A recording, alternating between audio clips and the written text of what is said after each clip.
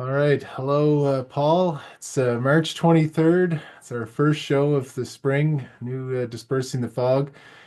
And we have a little change to the format. We have a special guest star this week. We're like a 1980s sitcom. We have a special guest star, and we're going to be pleased to welcome about halfway through the show Andrew Douglas, the, I guess, writer, editor, uh, every publisher. I don't know what else he is, title at Frank Magazine, Nova Scotia. So excited to have Andrew on a little later on in the show. We're going to talk about a story that he's been covering, and it doesn't seem like really anybody else is covering out of Sydney, Nova Scotia. Some, uh, shootings, homicide investigations, and some drug activity alleged, at least down there. And he's been doing the reporting on this. So we're going to talk about that story with Andrew, but also just the fact in that he is the only one really reporting on it, and what that says about the state of local media in Nova Scotia and perhaps across the country. But we'll come to that a little later on. First, what's new, Paul? How's the week been? I had a really, as usual, busy week.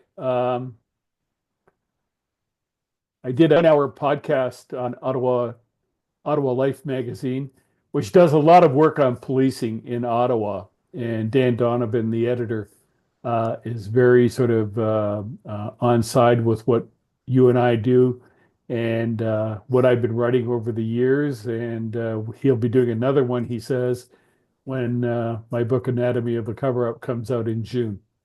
So you can tune into that if you can find it, Ottawa Life magazine. Otherwise, I've been fielding all kinds of things here, there, and everywhere, making glass cats as usual. I to put in a proposal for another book, which is sort of a spin-off of Anatomy of a Cover-Up. That's just gone in for consideration to Random House. We'll see what happens with that. I'm pretty confident they're going to like what I'm doing. Well, that's excellent. And Yeah. oh, Yeah, go ahead. No, and I see that they've called an election today. no. Yeah, that's the big news in Canada. It was the worst kept secret for the last few days, I guess, in the country, was that Prime Minister Mark Carney was going to visit the Governor General today, which he has done as of the recording of this, and kicked off the election campaign, the shortest possible election campaign that is permitted under Canadian law. So the vote is going to be held April 28th. And so that's just a little over a month away. And boy, what a change in the polling, in the circumstances that facing the Canadian electorate compared to what people would have thought 8, 10 weeks ago, certainly. Uh, Aren't you happy you're not a nominee that you were all going to run? like I gotta say, so I'll just say, so for people that don't know, I ran for the Conservative nomination here in Cape Breton, Canso, and lost to the former finance minister of Nova Scotia. So not a surprise in some ways, disappointing, and I was quite down after that loss. Right, never like to lose, and I wanted to become an MP. The Conservatives were way up in the polls; it looked very promising, and now you look at 338.com, all the Angus Reid polling, all of the polling says the Liberals are tied or in the lead nationally. They are far in the lead in Atlantic Canada. And so all of those, uh, yes, couldn't have, it really ended up working out as it turned out. Well, it's looking at what the Conservatives have done. I mean, Trudeau was doing a terrible job. Um, I was just astounded that he survived as long as he did. But then Polyev comes in and he's bringing in American style nasty politics, humiliation politics. I mean, I saw one of the ads the other day about Mark Carney, this cartoonish attack ad, and I think it's just not Canadian. That might go over in Alabama or rural Idaho or whatever like that, but it's not Canadian. It might go over in Alberta for all I know, Maybe, but yeah. it's It's so just distasteful. not Canadian, you know? It's so And you've distasteful. Yeah. locked We up see there. I, Oh, go ahead. Yeah. you know, No, go just ahead. saying the imagery of Carney that they use, even they have photos of him or images of him that make him look really bad. And anyway, yes, it's very, very US looking. And I know just, talking to conservative voters trying to go for the nomination, there was a lot of, yeah, we got to get rid of Trudeau and all those things. Yes, but man, they were not crazy about Polyev, especially the older ones, especially the women. Uh, well, how did a guy like that get elected? He's snarly. He's nasty, condescending. I mean, he made some headlines, crunching on an apple, dealing with a small town reporter, last year, and people said, "Look at that. He looks down on the media." Well, I'll tell you, it might sell it. I said in very sort of um, what should you say, low information voters, Yeah. but it's insane. You don't want someone as a leader like that who can't take the heat, who's condescending. I think there's one like that in Washington right now. Look how well that's going. And the Liberals had a devastating ad that they started playing this week or last week with comparing Trump quotes to Polyev quotes, and they're using the same kind of language. And it's a tricky one for Polyev because there's a lot of conservative voters that don't think Trump's the worst thing out there, right? And things Yeah. have changed, yes, since the 51st state stuff started happening, but it's it's a tough one for Polyev. But he You're was breaking up. surviving and doing so well because he was not Trudeau, right? Everybody was got to get rid of Trudeau, and he's the other guy. So that was great, but it was never a love fest necessarily for him or even the policies. A lot of like the CBC stuff. Well, people on the East Coast, I think they like CBC, the radio at least. So Well, I anyway, think we're going to get into CBC in a little while. yeah. It's when we talk about some of the stories that we're dealing with. So Um, it'll be One of the other interesting. things this week, Yeah, other than the election, yeah. after last week's show, we talked a little bit about diversity and equity and some of the problems in policing and things. And it was interesting to see the response we got. I got two different kinds of responses. Oh yeah. One was, I was attacked all week by a social justice warrior who said, I and presumably you should be condemned for the things we said about how police forces have sort of fallen apart. And part of the reason is politicization of the police and people being promoted for political reasons rather than merit reasons. And even then, I was attacked for saying that merit is not a good thing, and merit is misused by the elites, et cetera, and they promote their own, which to some degree is true.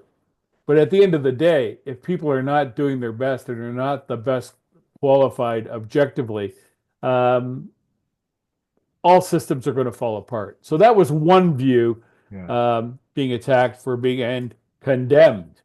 And then the other view came from Shirley Heafy, who happens to be a woman as well, and quite an accomplished one at that. Lawyer. I think she was a judge. She did.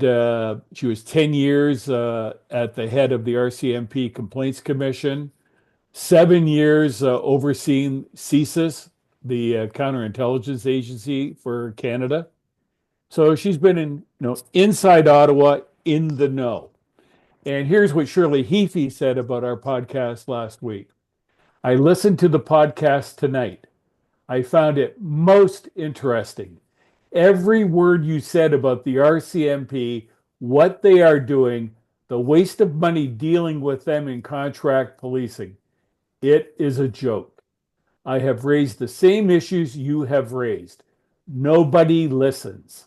That red surge that every overly sentimental Canadian thinks is the greatest symbol of Canada is long past its usefulness, as they are.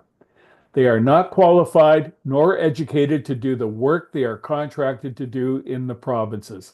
It is a farce. I did oversight of CSIS for 7 years, 7+ years actually. They are highly educated and they know how to do their job, and it is not easy. That does not mean they never make mistakes. but they are trained to do what they are asked to do, and they do it. The RCMP is now a ragtag police service, uneducated and not doing the provinces any favors. It's that damned red surge, the horses, etc., etc. I've often said they need to get off their horses and get real. The kinds of complaints against the RCMP that I dealt with from across Canada were shameful, particularly those from Indigenous communities. The podcast was excellent. That Trudeau white paper was a waste of ink and paper, given when it was released. You two are doing this country a favor, but I think the Canadian government is too slippery and fearful of taking the RCMP out of the provinces. As it is, they are not well qualified to do either federal or provincial policing. Perhaps you can feel the tone of my thinking on this.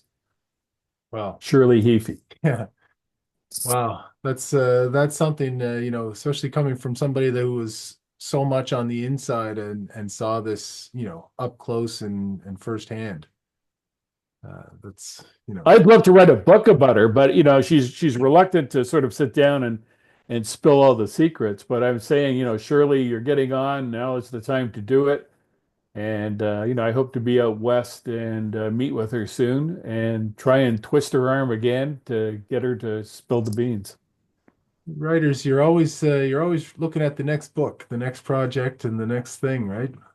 As I guess you should be. Why not, right? Yeah, well, I'm about 2 books. I'm about 2 books down the road right now. All right. Well, that's fantastic. So Paul, we wanted to, and maybe that's a good sort of jumping off point for some of the stories we wanted to talk about because, uh, we talk about the federal policing.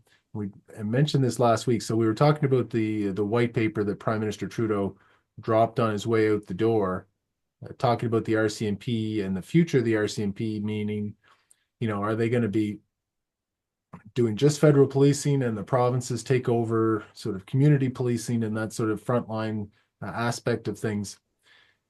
And we have an example in a big CBC story this week on the Fifth Estate, disturbing stuff. And it's what I would, I guess, consider to be federal policing, an aspect of federal policing. And the story doesn't particularly paint the RCMP in a favorable light, given what kind of expertise I think Canadians would expect them to have when it comes to fighting cybercrime, protecting young people, adolescents.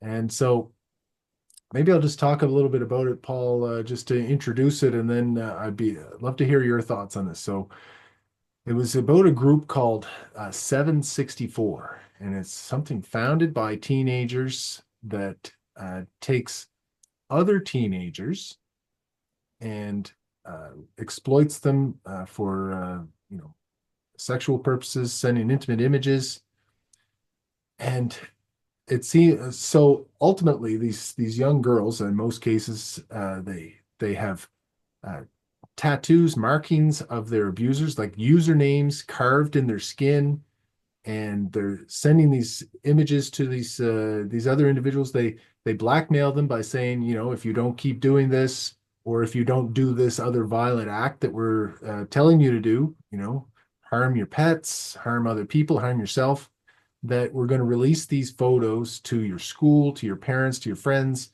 and it's just a cycle of blackmail that keeps going, and it perpetuates through these online chat rooms, like sites like Discord and others like it that draw people.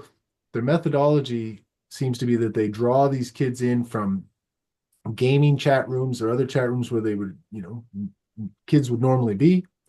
Anybody that seems to have some troubles or seems vulnerable, they invite them to this other place, through some trickery, I guess the only way to put it. Come over here. We're going to talk about, body issues or self-esteem or something that they think the other person might be interested in. And then all of a sudden it turns in a dark way. And it's pretty horrible stuff. So, I don't know if you want to pick up from there. So in this case, the case investigated by the Fifth Estate, this girl, Trinity was her name out west, reported it to the RCMP. RCMP seemed unable or unwilling, it's hard to tell. Unable seemed really the initial case to really do anything about it, investigate it. And really, it only took action when the FBI figured out in the States some connection and came up to Red Deer to investigate. Uh, quite a startling description of what's going on online, Paul. Well, it's a fantastic piece of it's a fantastic story. It's the second one that the Fifth Estate has done. They did one last year that was sort of nibbled on the edges of this story. But in this story, it shows exactly what I've been talking about for the last 30 years. The RCMP is not capable, which Shirley Heafy just mentioned in her latest thing, her letter to us, that the RCMP at both the detachment level and the federal level is incapable of protecting citizens. In this case, the cop in Ohio who got interested in this story and stumbled into the case had to go to Canada to track down the victim, and the victim had gone to the RCMP locally in Red Deer and was dismissed. The RCMP said the evidence she provided, she didn't give her the proper passwords, and there were flaws in the emails. Almost every excuse to not do the job rather than follow up and press and find out what's gone on. And I could see the thinking in the RCMP minds. You know, the girl is tattooed. She has some um, face hardware. Yeah. She looks like she's a lost girl. She tried to commit suicide 3 years ago. There was a lot going against her. Her mother was very similar, heavily tattooed, um, face ornaments, etc. They don't look like they're serious people. But the story they were telling was enormous about all this online predators who are nihilists, neo-Nazis, abusers, and their whole game, as the fifth points out, is just about causing pain. They don't care.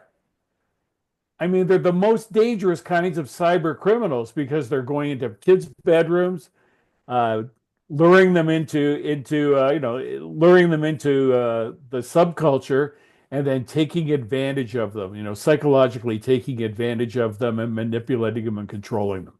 And the RCMP said first they didn't know about they didn't get proper information. Then they didn't do a follow up. And I can tell you what was going on, Adam. Yeah. Red Deer is a place where the RCMP has been under fire for the last 5 years at least for underperformance, not enough personnel. Same problem they have right across the country, and talk about kicking them out and creating their own municipal police force. So at the local level, they don't have the smarts or the personnel to do it. But the RCMP will say that at the federal level, we have a human trafficking unit, which is a couple of people sitting around analyzing things. But there are no capable investigators. They're not doing anything. Unless it lands in their lap, they're not doing proactive investigations. It's incredible. Like the the main, I mean, the story in the CBC article starts off. She's coming out of her bedroom having just almost committed suicide with people watching her on a live stream. And so that's part of the insidious nature of this. Like you think a child is safe in their home, and they are certainly not. I mean, that's, they're vulnerable everywhere. So that was, and just the nihilistic attitude of the young men that are, promoting this. And some of them in the United States are getting huge jail sentences. The founder of this 764 group, kid, 15-year-old from Texas, has an 80-year jail sentence right now. So there are things happening to some members that are being caught. And in particular, the girl from Red Deer, her abuser, one of the main ones, was, I think, in South Carolina or something, and there was, or maybe that was the Ohio connection. And yes, that officer flew up and ultimately made the connection because she had no idea where this guy was. He could have been anywhere in the world. He could have been down the street, and but to her it was just as terrifying and just as harmful. And the thing about this is going back to Pierre Poilievre. I want to get rid of the CBC. First thing I'm going to do.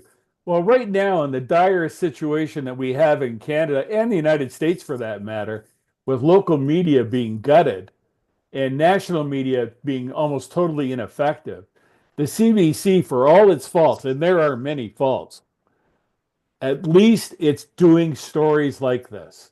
It's getting in there and doing it. The problem is it does it and then the story sort of disappears. There's no, instead of pounding away at it for weeks at a time, the format is okay, now let's move on to another story.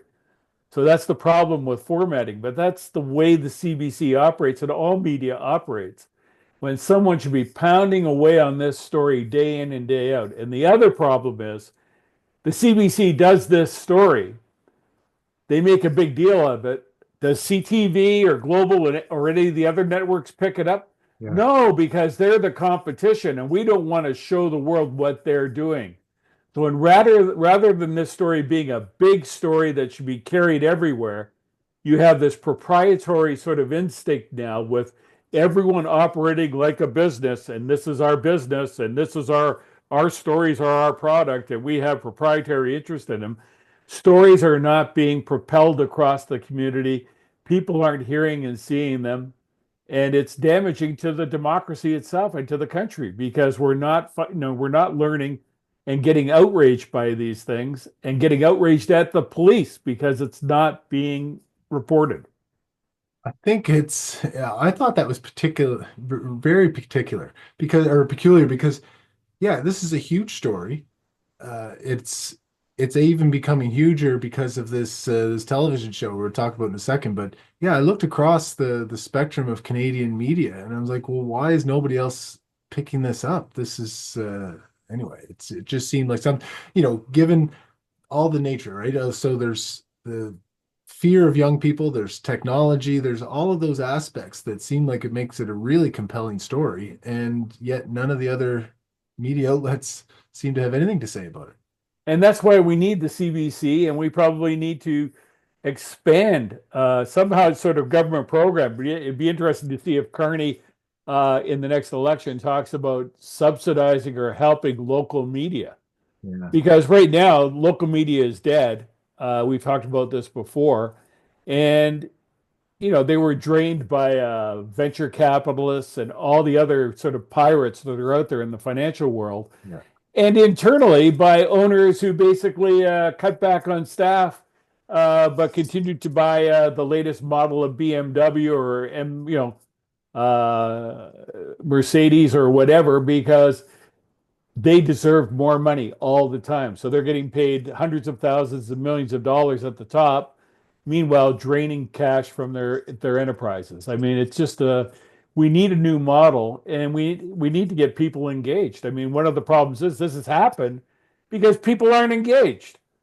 And last point, Polyev basically says, we got to get rid of the CBC. We got to get rid of this. Well, that sells to people who don't follow the news. Yeah. And the people who don't follow the news, and I saw a study on this week, tend to vote conservative because they don't understand what's going on. So, it's as I've used before, the arrogance of ignorance. We don't know anything and we're absolutely sure about what we know. They don't know what they don't know. 100%. Like this is a big phenomenon in the States, and this is coming here too, where yeah, low information voters tended to vote Trump. Like if you watch the news, you tended to vote Democrat. If you didn't, you tended to vote Republican.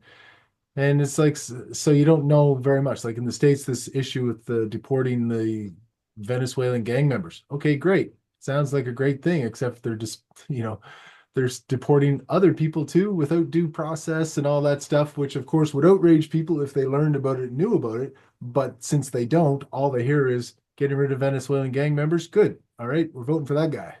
Yeah, and it's like, if you'd read like a smidgen of history and you understood how, what happened in the 1940s in Germany, you know, well, they came for someone else. They didn't come for me.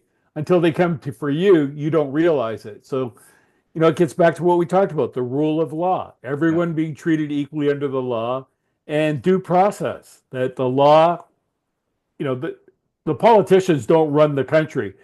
They administer the country in the name of the law, and the law must be followed. Otherwise, we're all in peril. And you're getting low information voters are going, well, I don't know. I like Trump. I like the color of orange. It's like it's idiots running the country.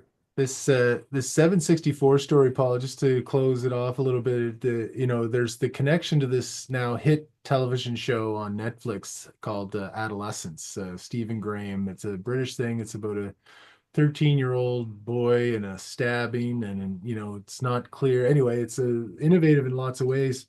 But I was listening to some discussion, a podcast discussing this today, and one of the scenes they focused on was when the psychologist is speaking to the 13-year-old and talking about, I think he was watching video games and all these things, really desensitized to violence. And that was something that they were doing in the 764 group. They would send all these violent imagery files to the person, and so to desensitize them to the concept of violence at all. And one of the at some point there's a question asked by the psychologist to the kid, the alleged stabber, I think at that point, or no, he had admitted at this point, do you know what death is? Like, do you know what that means? That the person's not coming back. They're not gonna just, it's not a video game where you just, all right, let's get the next life up. They're dead. And the question was, do you understand that? And it wasn't clear that he did.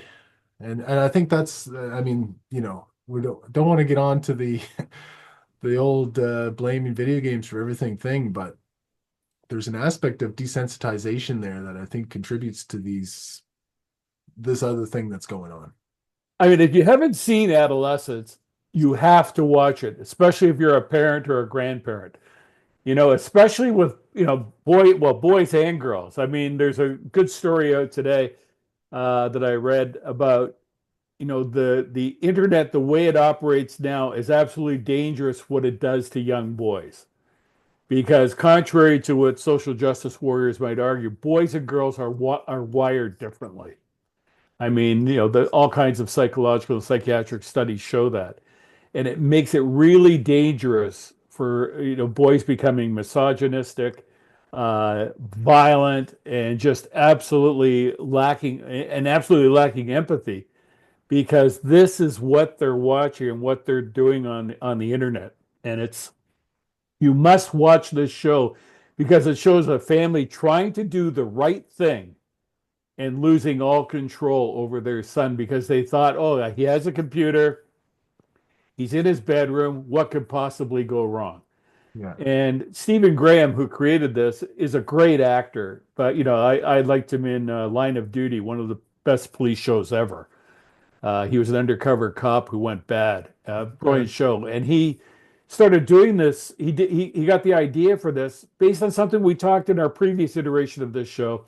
All the violence, especially in England, with young children, 13, 12, 14 years old, knife violence. And he wanted to get to the root of what the knife violence was, and then got into all of this stuff and produced this show. And then the other thing that's probably going to win this show every award there is for television is the way it was shot. It's all single shot. Isn't that incredible? One So shot per episode. one shot per Wow. episode. It just follows the characters all the way through.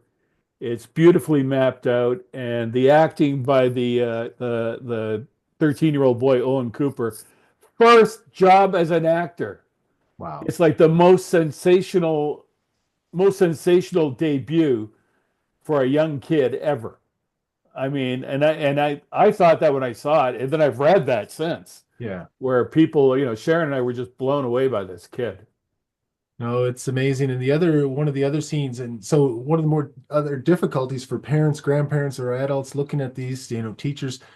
So there was the investigator was looking at the Instagram posts from the victim and the stabber, the kid, and he's like, "Well, you guys seem like friends based on the posts." And the investigator's kid was like, "No, Dad, look at this. These emojis mean these things. Like they may be saying nice things or whatever, but she was basically calling him an incel." Because of a dynamite emoji and a 100 emoji and like these things that nobody would have noticed if you weren't in that world, right? So, Kidney beans. yeah. So it's Yeah. yeah, it's difficult stuff to navigate if you're not And persona. like, Sharon and I have four grandsons, all approaching that age.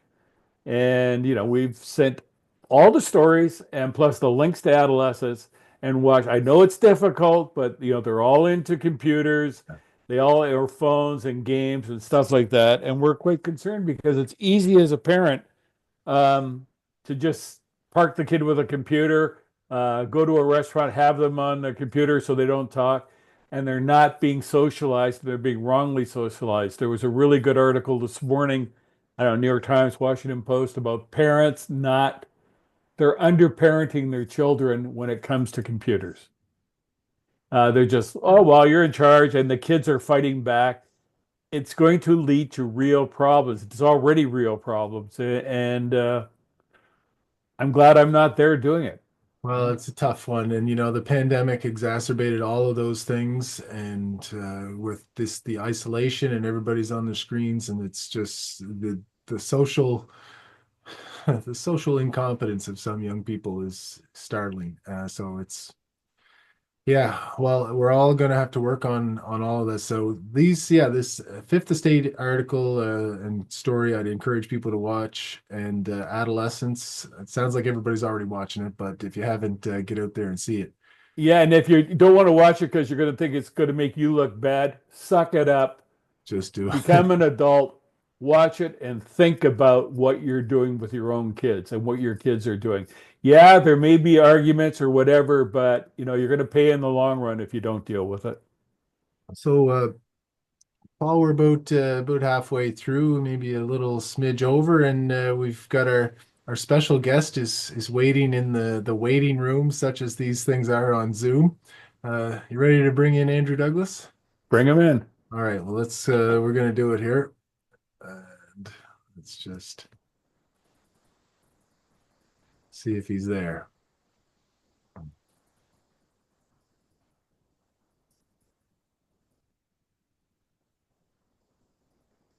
All right, Andrew Douglas. We'll just talk about him until he appears on the screen there, and Well, he's got to open his mic. yeah, there he is. Andrew Oh, look Douglas. at this. There we are. How's it going, guys? The man, the myth, the legend, Andrew Douglas. I don't know if a lot of people would know what Andrew Douglas looks like until now. The man behind Frank Magazine. That's a good. That's a good thing, I think, Oh, generally. yeah, it allows you to. Well, it's been interesting, Andrew. Like you're sort of a man in the shadows throughout the history of Frank Magazine. How long have you been there? 20 years. 20 years. 2005, I started. Yeah, And now you're out sort of in the light. What's it like? it's great. Having a fabulous time. Got it started with Michael Bate. It's his idea. Michael Bate is the original publisher of the Ottawa Frank, the original editor of the Ottawa Frank, and then he bought it from David Bentley, Lyndon Watkins, Dulcie Conrad in 1990 or 91. So he's been Michael Bate has been a reporter longer than and I'm 37, so he's got a lot of experience. But he's been doing the Frank thing in Ottawa off and on since 1989 or 90. And when the first generation of Frank folded, Wait, stop, it wasn't stop. long. Explain to people why it folded, like very briefly.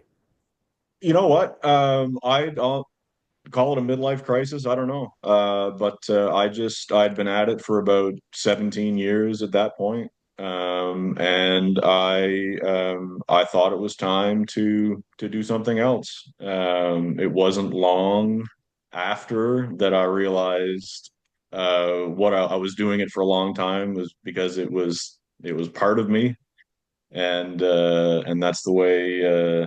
Yeah, no, it wasn't long in the real world until I realized that Frank was where it was at for me. So it was incredible when I hooked up with Michael Bate and he started talking seriously about bringing it back, a collaboration between the two of us. Wait, Um, wait, you're leaving out the part about Portapic and the 911 tapes and the campaign by various members of the community and politicians to kill Frank. yeah, I mean, there's no question that had an effect, but I'll say definitively, business wise, Frank didn't. The first iteration of Frank didn't fold because of money. Um, it folded because I walked away. It's as simple as that. But there's no question that the pressure from all of that, of the Portapic 911 tapes, the campaign from Tom Taggart, the now PCMLA and the Conservative MP from Colchester. They set out to wipe Frank from the map, for lack of a better word. I think it was Tom Taggart's quote, who said Tom Taggart said that he wanted to make sure that Frank has never sold another copy of Frank has never sold. We were pulled from different stores because of that. It was around that time Sobeys decided they were done with us. So I mean that stuff really it really had an effect. There's no question about it. But no, ultimately the first iteration ended because I left. And then Okay, let's Sorry. move on to the second That's iteration and and what's going on in Sydney. it's too. and the By the way, second Andrew, you're way this too young looking to have a midlife crisis. I don't even see a gray hair there I'm anymore. 47. I'm 47. Hey, we're the same age. Uh, We're the same age. I started my law practice the same year you started at Frank. Well, there you go. Yeah. Okay. Yeah, no, we're young. We're young, but I mean, for 47 midlife, so that means we're It going to live to is. 94. I Yes, mean, it that's, is actually. Yeah. but yeah, no, the first year of Frank was fun, but it was I don't want to say it was touch and go, but I spent probably half my time digging for subscribers. Now that period is over because we have really gotten a very, very good response. Our readership is climbing week by week by week. I just today, Michael Bate and I had a conversation about what's expansion look like. So the touch and go part of Frank 2.0 is over. Now we're talking. All right, we're having some success. What are we going to do with that success? And we're talking about different different things. It's still in the early stages, but the point is that the new iteration of Frank is doing very well. And that's the main reason is the decimation of the media landscape. I mean, it's in Nova Scotia, it's in Canada, it's in North America, but in Nova Scotia especially. I mean, when I started in at Frank in 2005, the Chronicle Herald had 150 people in its newsroom. There were lots of dailies, there were lots of weeklies. It was there was a pretty big news presence. Cut to now, the Herald is flirting with single digits in its newsroom. I think there's a dozen people in the Herald newsroom right now. Most of the weeklies are gone. All of the dailies are gone, except for the Cape Breton Post. But now, with the Herald's cannibalizing all of the former Transcon weeklies, they turned into Saltwire, and now they're Post Media. The cannibalization of that the Herald is doing, not for the fault of their staff. The staff does what they can, but the fact is that there's not many reporters around anymore, and so now Frank is the new iteration of Frank walks into that. and we're covering stories that are either being undercovered or not covered at all. I mean, the amount of stories that we've broken just in the last 6 months alone, and then add in the stories that are terribly undercovered. One of which being the murder of Mr. Pearson in Whitney Pier. We talked about that last week, Jeffrey Pearson being killed. Yeah. I wrongly stated he was killed in front of his family, but he wasn't killed in front of his family. So there's a correction. Yeah. And you Yeah, know more about this, Adam? Yeah, no, we're really interested. I mean, I read your pieces, Andrew, because I go down that way for court every once in a while, so I know not the people directly involved in this case, but just people around the scene down there, and surprised, I don't know if 20 years ago this would have been in the Post, wouldn't it? I mean, it doesn't seem like anybody's covering this. Or maybe it's, I mean, there's always been, and Frank Magazine, I have loved Frank Magazine since I was reading anything. And, there was always a story that Frank would cover or an angle that Frank would cover that others just wouldn't touch. And it was usually the most interesting one. So that was why I always loved Frank Magazine.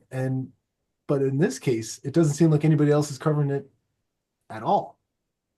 Yeah, I mean, for 20, 25 years ago, there would be reporters competing to get inside the story and figure out what it was all about. I mean, the bottom line is drug war stuff, and there's lots of interesting moving parts. But I mean, the higher level is that it's a this figure, supposedly a former drug dealer, but maybe not, is murdered by three guys flown in from Ontario and Alberta. Why? It's sort of a murder for hire sort of deal. But yeah, I mean, 25 years ago, reporters would be climbing over each other, trying to knocking on people's doors, and this would be there would be developments being reported every day about various parts of the story. But now there's just not many reporters left, and they can't do much more than report by police press release and follow the matter through the courts. And You're out there every day. Like what? So nobody else is covering this, and maybe explain to people the problem with TV reporting. I mean, I think it's a staffing level thing, really, honestly. I mean, CTV Atlantic is a shell of what it was 20 years ago. I mean, if the amount of layoffs that Bell Media has had in the last few years, I mean, back when I started, a guy like Rick Grant would be. I mean, not necessarily because he covered Halifax, but I mean, there would be people like there would be Rick Grants flooding all over the story, and now it's not that the talent of the reporters isn't there. It's the fact that they're stretched so goddamn thin. There's just and I mean whether it's TV or whether it's radio, not that there's many radio reporters left, but or whether it's print, it's just they have to file so much and so often. I mean, Jesus, Steve Bruce writes half the Herald. Steve Bruce is the court reporter. My God, the output of that man is incredible. I mean, sometimes he has four stories a day. It's but and he does manage depth in some of them, but there's only so much that one guy can do.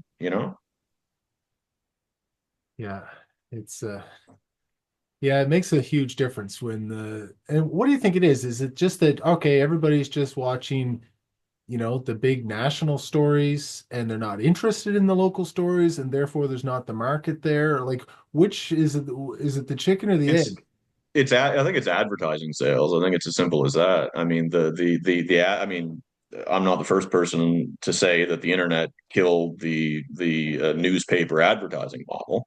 So I mean, the Saturday classified section 20 years ago used to be as thick as half a phone book. And now, is there even a Saturday classified section anymore? Is it one No, there's not. page or half a page or whatever?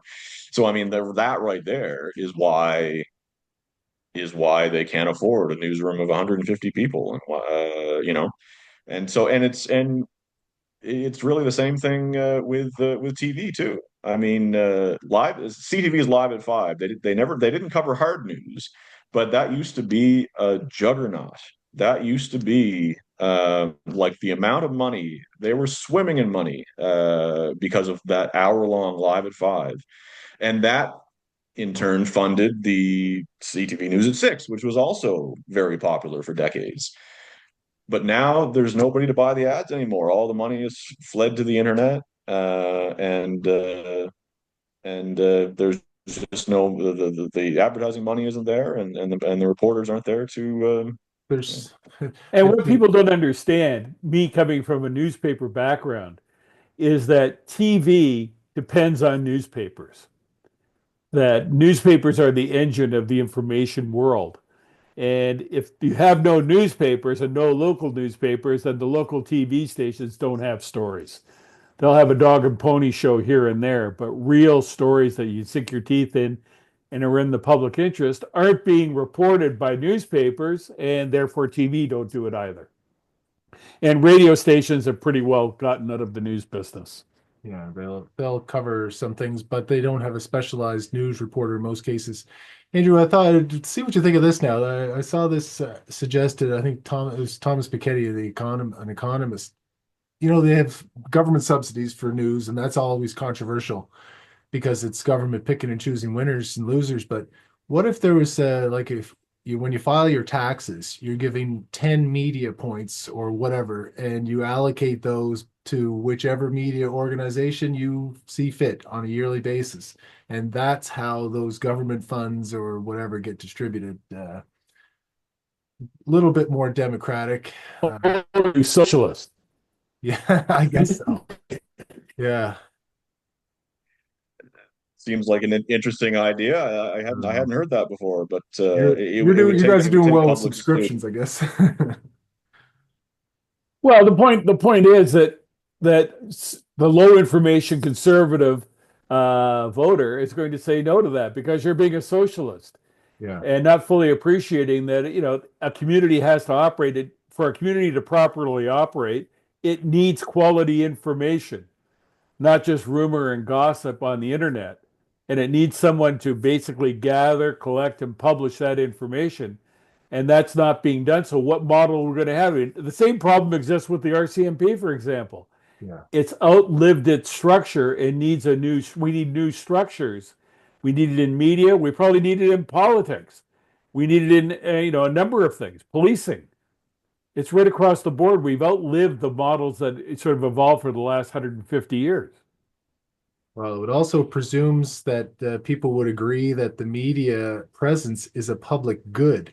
And certainly that's not a universally held view. I mean, the conservatives aren't even having the media on their campaign plane this campaign. So, anyway, Yeah, that's they're gonna there's gonna be a lot of clips of Pierre Poilievre speaking to small town reporters who report on craft shows and things, and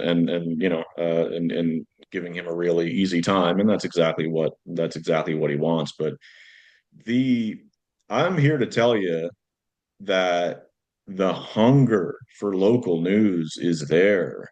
We've crashed our website. I mean, maybe we need a new web server, but we've had stories. We've had 3 or 4 stories in the last 5 weeks where it just completely tilts our server and we have to reset it because people are just flooding to see these stories. And I mean, the story of the Glace Bay pharmacist that we did a few months ago. Oh yeah. Sarah Murphy Boudelier, and her wife and her husband, a very both pillars of the community. He's a teacher and a hockey coach and all this stuff. She runs the Shoppers Drug Mart in Glace Bay. She is caught with her hand in the till to the tune of about $300,000. There's a civil suit filed. Shoppers gives her the boot. She's got to pay all this money back and yada, yada, yada. Nobody's covering the story. And I mean, the fall of these community pillars, Frank steps in and covers the story. That was one of the first ones that crashed our website a few months ago.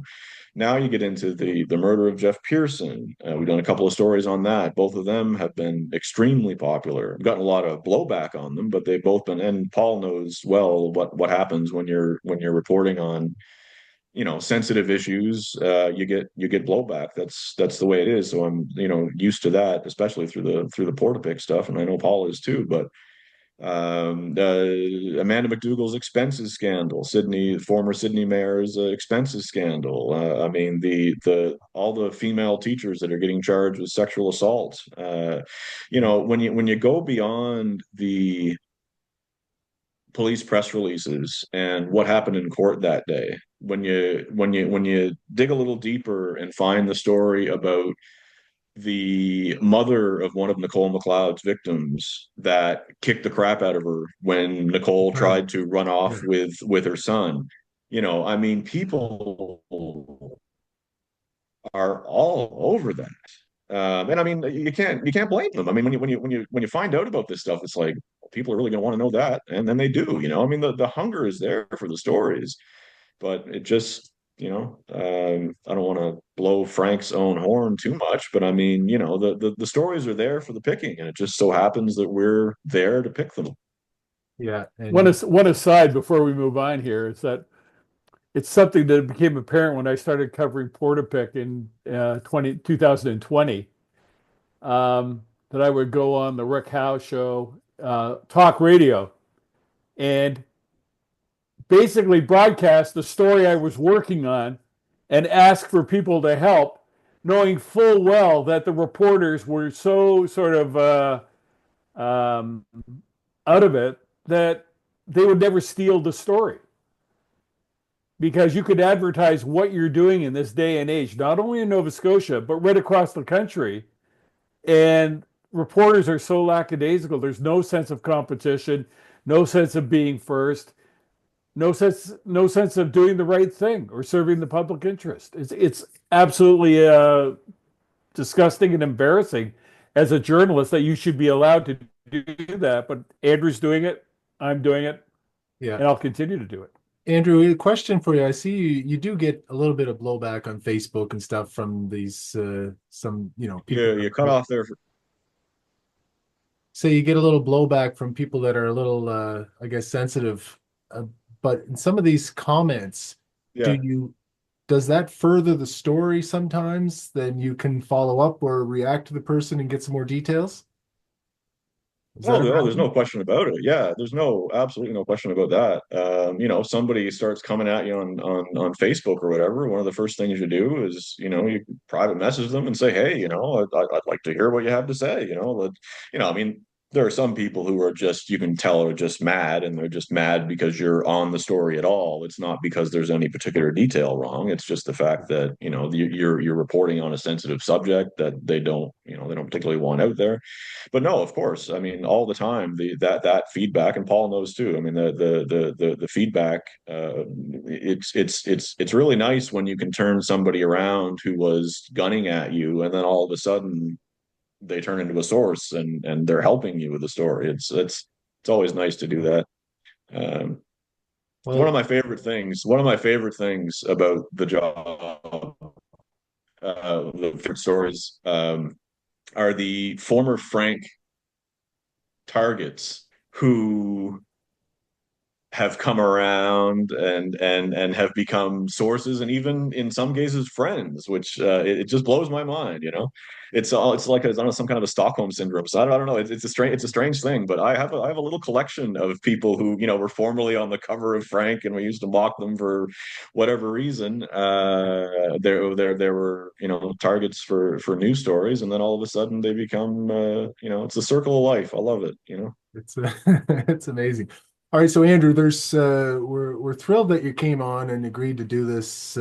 We've got just under 5 minutes to go here. We want to talk. There's a final topic that we want to get into. Anything else that you wanted to say or plug on the stories before we get into that? We want to talk a little baseball with you, but if there's anything else before we do that, we'll just go ahead.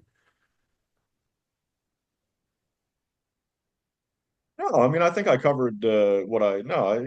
We can talk baseball. Yeah. Frankmag.ca. You can come and check us out. There's a national section. There's a Nova Scotia section. Hop on there in the top left-hand side of the corner. You can toggle back and forth between the two sections, and you can see just check out some of the headlines we've been doing. Whether you're in Camp or Lunenburg I mean, we've had stories from all corners of the province, and they're coming in fast and furious, which is why we're talking about how, bringing some help in to see if we can somebody can help me out to do some of these stories. But Well, that's no, it's great. all Okay, good. so more important stuff. Okay, the best sport in the world is getting ready to Baseball, start again. obviously. Yeah, and so spring training is wrapping up. I see the Blue Jays have their final roster ready to finish third or fourth in the division. The first couple of games have been played over in Japan. Shohei Ohtani has a home run just barely over the fence, but he's now the league leader in homers and lots of excitement going on. I know Paul's a baseball fan as well. So I guess you guys excited for the season, or what are you excited about for the season coming up? Well, first of all, I covered the Toronto Blue Jays in their inaugural season. And the thing I want to talk about is the changes in baseball. That, in the last couple of years, they've introduced the ghost runner to make things faster. And that really bugs me. I don't care about who's going to win or who's not going to win. I can't tell from here. There are all kinds of World Series championships in March, but we'll see how the season unfolds. And, the Dodgers are basically a stacked team. But the ghost runner is something that's been bubbling beneath the surface for a while now. There have been some big articles on it, and there was a really good article in the Globe and Mail the other day by Stephen Pincus and Brad Ross. No, not by them. That's another story. But there was a really good story about the ghost runner and how it's ruined home team advantage. And what do you guys think about it? Andrew, go ahead. Yeah, I mean, they brought it in. Correct me if I'm wrong, but my understanding is they brought it in because they wanted to avoid 18, 19, 20 inning games and just having a team run ragged and 162 game season is a long season. but at what the way I look at it is, but at what cost? Because they've made it so. I mean, I think you can compare it to some of the rule changes they've had in the NHL for overtime. I mean, you make these changes to have a shorter, more compact game, but I don't know. There was something cool when I was a kid watching the Expos. Staying up late, 1 in the morning or something, and seeing, is it going to go 18 innings? Is it going to go 19 innings? Who's It's going to part of the pitch? part of the Who's going to part of the pitch the next magic. inning? Yeah. Yeah, exactly. Yeah. Part of the magic of the game, I think, is ruined a little bit with the ghost runner rule. I play fast pitch softball, have for my whole life, and this has been in fast pitch forever, but it changed. It used to be because fast pitch is a 7 inning game. It used to be if you got to the 10th inning, then the international rule, they'd call it, you'd start with the guy in second. Now it's extra innings. If you go to the 8th inning, it's automatic. And always the question is, do you bunt them over and try to score that way? But I always thought, Paul, that the home team had the advantage because you'd know going into the bottom of the inning, all right, did you leave the guy on second or did he score? You know what you need to do. So I think it's still an advantage. No, it doesn't because one of the problems you have is if the team scores at the top of the inning, then the other team is completely defensive. There's nothing they can do. If you're playing like strategically at the top of the inning, no team is going to walk the bases loaded to get a double play. Oh, yeah. Yeah. But in the bottom of the inning, when you've got your star pitcher out there, usually, you may load the bases to get force outs or walk the first guy to get a force out at third Oh, yeah. to get automatic outs. So you play the game differently than you would And the statistics are quite interesting that from 1901 to 2019, every home team, no matter how bad they were, the Florida Marlins had a winning percentage at home. 523 was the average. But every team had a winning percentage. Not anymore. The home team winning percentage now in the last 4 years, last 5 seasons, basically 2020 to 2024, 493, because they've lost this advantage. It's a very subtle difference, but it's enough to take that advantage away because your whole strategy has changed. And it bugs me to no end that they've done. I saw them do this in basketball where you don't bring the ball up at the end of the game. You started it on the other side, the other team's a throw in. That's ridiculous. Then they got 3-point shots in basketball that are dominating the game now and making the game boring. And then you see in hockey, the 3-on-3 in the 3-on-3 in the overtime. So Brendan Montour scores a goal the other day in 4 seconds. But you're both lined up. The puck gets into a gap. He's a fast skater. It's a breakaway right from center ice. It's polluting the game. For fast pitch, Paul, so there's not as many double plays in fast pitch just because it's 60 feet, not 90 to the bases. So you don't get that as often. So it didn't really change the game in overtime. In extra innings for fast pitch, but I could see in baseball. The best thing about baseball, though, is now the pitch clock. And just things are moving. You're not getting these 5-hour Yankee Red Sox games anymore. So that's been a positive, at least. The bigger base too. The way that has changed. I mean, running base stealing in the game had pretty much almost gone extinct. Yeah. I grew up, during the Ricky Henderson. I mean, 100 stolen bases a year. I mean, yeah. And then now a stud base stealer before the rule changes had 15. I mean, nobody was stealing bases anymore. But that with one fell swoop, they brought that back. So I mean, you got to give kudos on that one. And that's the sort of the tyranny of analytics. In every sport, it's down to, well, in baseball, analytics show that stolen bases do not create more wins. Create a lot of excitement, though. Yeah, that's right. It's taking the excitement out of the game, much like taking cigarettes out of bars took the excitement out of going to a bar. Coming home smelling like Right. smoke. Different experience. That was the fun of going to a bar. Well, Paul, speaking of fun and exciting, having Andrew on here was pretty fun and exciting. I think so. We're gonna wrap it up. But Andrew, we had a great time having you on. We'll have to get you back on again. You'd be up for that? Thank you very much for having me, and sure, I'd come back. Yeah. Awesome. Well, we'll make sure we do that before very long. And all right, so everybody enjoy. Well, this has been Dispersing the Fog for March 23rd, 2025. I hope everybody enjoys the week, and we'll be back again next week with more. Thank you. Bye-bye.